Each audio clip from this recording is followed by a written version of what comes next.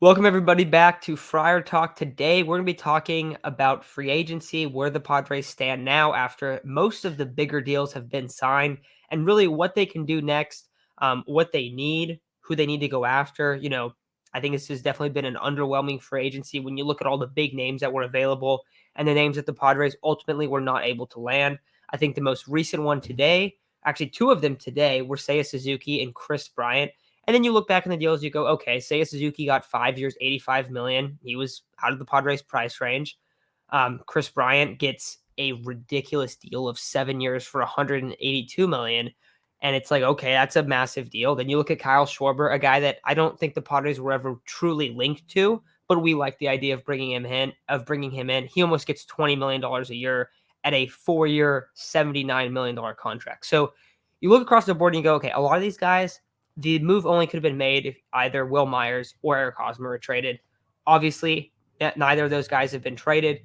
Now the Padres sit at a spot where they really don't have a left fielder. I know people have talked about having Jerkson Profar, Jorge Alfaro play in left field. I don't really know if that's the plan. I would say I hope that's not the plan. That's not a good left field right there, especially when you have two other positions that have been very underwhelming in first base and right field.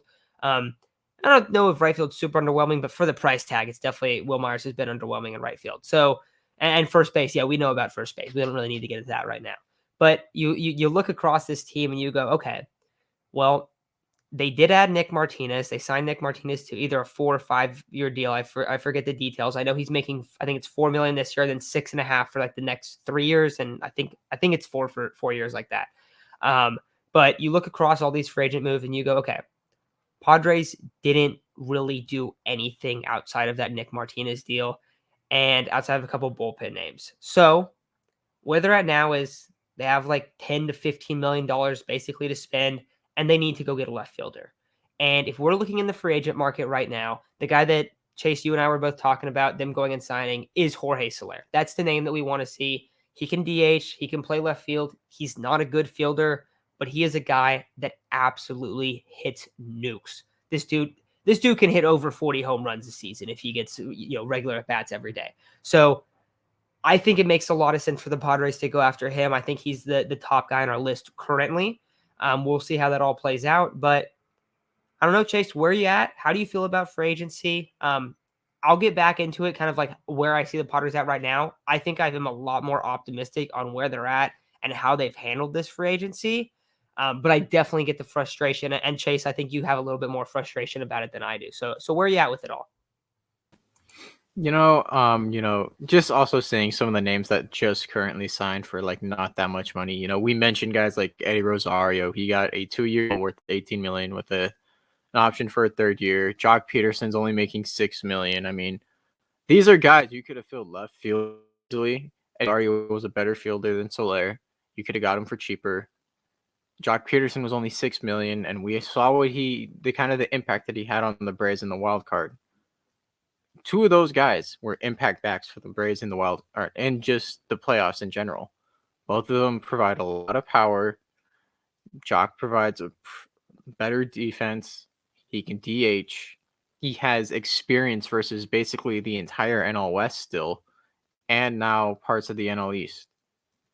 He was probably the best guy to go after. He was the cheapest, and you could have still probably signed Soler to like a 3 year, $40 million deal and then backload it after this year. Okay, if you're only going to make like $7 million, stay between the 10 and 15 that you can spend, and then just give him like 15 and then 20 or something like that along the lines of that. And you would have had your DH, an extra left fielder, or an extra left fielder slash DH, a solid left fielder to go around with Profar possibly being just another depth piece because we both, or at least I, do not like Profar in the outfield. He's made mistakes. I don't really like his bat in the outfield. He doesn't provide enough power for me. I think he's a depth infield piece too. And you just see all these people keep going and going, and you're like, okay, why aren't the Padres making moves like this? They don't cost that much money, the guys that we want, outside of, Schwarber, who, he got paid. The only other guy out there that really you can go after, but even then he's still probably going to be more than that 3 guys that were just signed, or, Soler, is Michael Conforto. That's basically your only other option in the outfield, unless you want Tommy Pham back, which I don't know if I think I can speak for Isaac here. I think that's a hell no for us. I mean, he So left a real quick, sour taste. Chase, I got Go to ahead. interrupt you because me and Isaac did an episode about Tommy Pham, and our final verdict was we like the idea of bringing him back, but not as a starter, and that's what he would get brought back as here. So it's a different situation. Yeah. I can't respect Tommy Pham as the left fielder of the future for the Padres this year. No, I mean, you had so many opportunities. This was a decent outfield free agency, and now it seems like your only option is to go for trades, which you had the farm system to do it, but you had so many opportunities to sign a couple guys, and it feels like what the Padres are doing, they're just waiting for someone to take Hosmer or Myers off their hands. And you can't wait for that to happen because this is exactly what happens. Waiting for a trade that may never come is going to get you nowhere in free agency. You kind of have to sign your guys and then think, okay, now we really have to focus on getting rid of this guy. And it kind of seems like, you still have Nick Castellanos out there. I'm hoping they don't do that, but it might be an option they lean if they can get rid of Myers, or Freddie Freeman, which he would be a nice signing. Really hope he doesn't go to the Dodgers. It would kind of prevent that from happening. We'd at first base, but then you still don't have a left fielder. So you had multiple options and pretty cheap options from what we saw. Jock Peterson, like I said, $6 million. Eddie Rosario, Jorge Soler is probably not going to make more than 12. You could have combined 2 of those guys for 15 to 18 million, and you would have been fine. But they didn't do that. So I'm pretty upset, frustrated with AJ Preller's kind of lack of, God, what's the word? Kind of urgency in this free agency. You don't have a left fielder. You don't have an MLB caliber left fielder. You have some that are below, and that's kind of where the rest of the free agents are. I mean, you have like Brian Goodwin, you have Brett Gardner, Billy McKinney, Jared Dyson, Adam Eaton, Ian Desmond, Albert Almora Jr., who may not be that bad, Juan Lagares, which isn't the greatest, Billy Hamilton, and then worst case scenario, I mean, he's probably the best out of that group, Kevin Pillar, but even then, he's a center fielder. I don't think you want to put him in left field. So where does that leave you? Yeah, and that's the thing. I think like for me, like I'm not as upset about them missing out on the top end guys. The guy I really wanted was Seiya Suzuki, but Seiya Suzuki absolutely got broken off by the Cubs. 5-year, $85 million.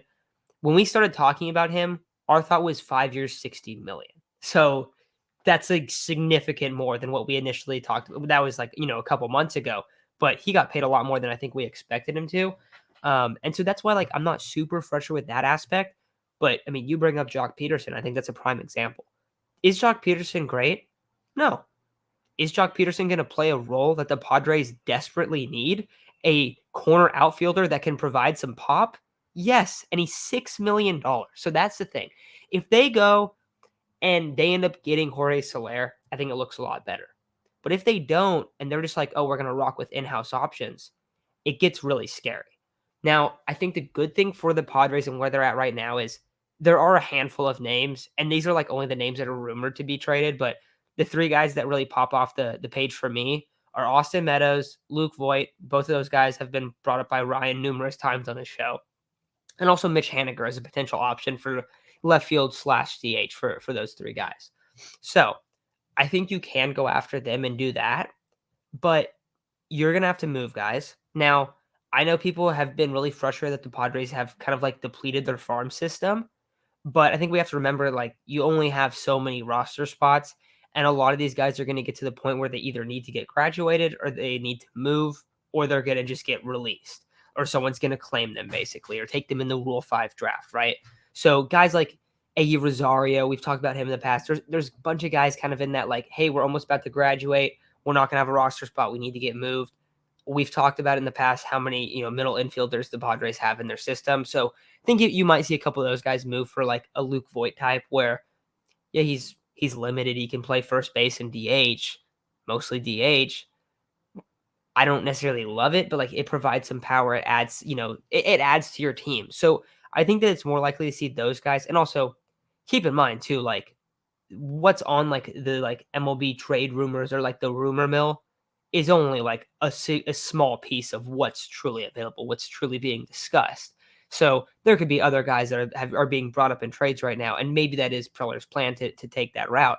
But Chase, if the plan is we got to wait to make some of these moves until we move either Will Myers or Eric Hosmer, the Padres could get burned really bad and end up like, all right, we're rocking with Jorge Alfaro and Jurickson Profar on left field. And I just think that with the options, with the cheaper options, like you've brought up, a Jock Peterson, you would way rather have Jock Peterson, your everyday left fielder, than those two. So that's the thing is it's just like there's better options available. Jock Peterson got $6 million. For where the Padres are at, I'd pay him $8 or $9 million. Like I'd be happy with that. So you could have paid him $8 million. What, like a third more than what he got. So like that, like he's gonna accept that. He's gonna come to San Diego. So I think that's like one of the frustrating parts with this is like there are some guys that they could have got for cheaper. And also you haven't been able to move Hosmer, which it seemed like could happen, couldn't happen.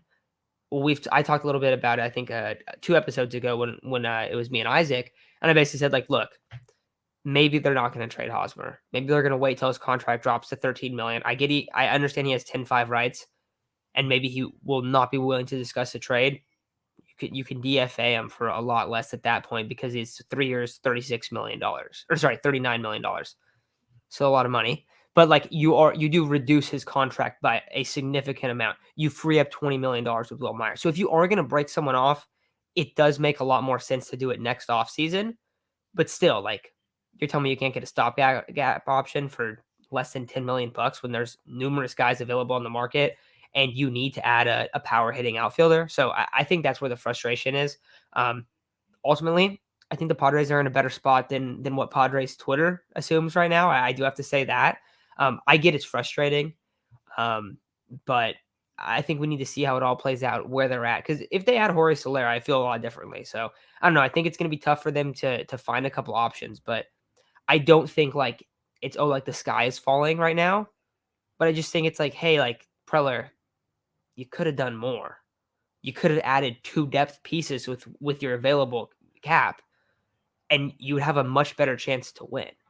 And maybe that's not the bet. Maybe they want to say, hey, Tatis is out. We're going to gamble it in the first 60 games, 80 games, and then we're going to try to make a trade at the deadline. We've seen how that went out. But, it's just like, I think there's better ways to go about team building in the situation that they're in. I just feel like they haven't done that great.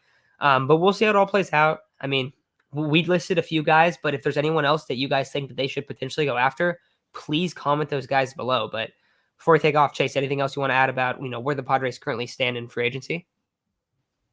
The thought just popped into my head. I mean, we did trade for Alfaro, right? He's kind of been, whenever Tingler breathes a guy in, Profar, Alfaro, that he was linked to in his previous days, they're more than likely going to get some sort of starting role. And so it just kind of clicked that I believe that Alfaro is going to be our starting left fielder. As much as I don't like it, he's probably going to be our starting left fielder. I'm being very pessimistic right now because, it's just hard not to when you're a Padres fan, but I really want Soler. I mean, that's probably the only way we can make up for some of the production that Tatis is going to be gone for 3 months. We are missing 3 months of Tatis production. So you definitely need a Soler in your lineup. I don't care if he's a left fielder or DH, but you at least need to sign him to get some sort of power back in your lineup.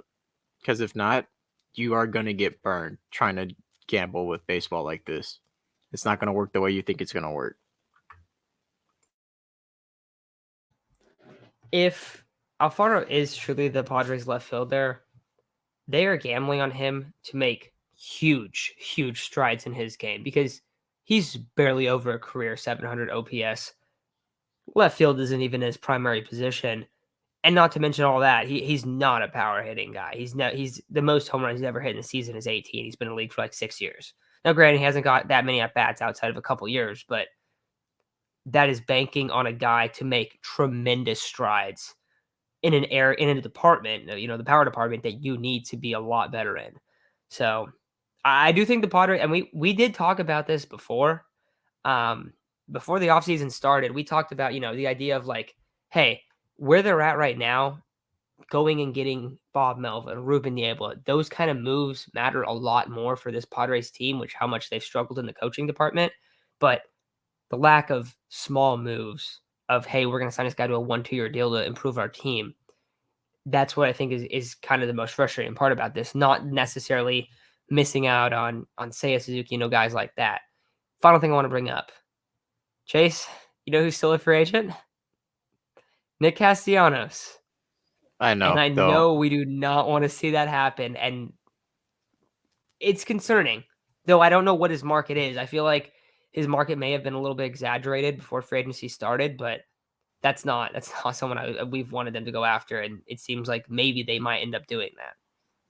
But at the same time, I think he's going to be more expensive considering all the contracts that have signed so far. Everything's been a little bit more than we thought and what was reported. So maybe he priced himself out. That could be a possibility. But yeah, guys, we'll see how it plays out. But let us know what you want to see them do. What do you expect them to do? And yeah, we'll see how this goes out. But little frustrating so far. But I think that's gonna do it for today's episode. Thank you guys for listening. And tomorrow we're gonna be talking about the Padres starting rotation, which is extremely underrated. So a much more positive episode in that one. But thank you all for listening, and we'll be back talking Padres baseball tomorrow.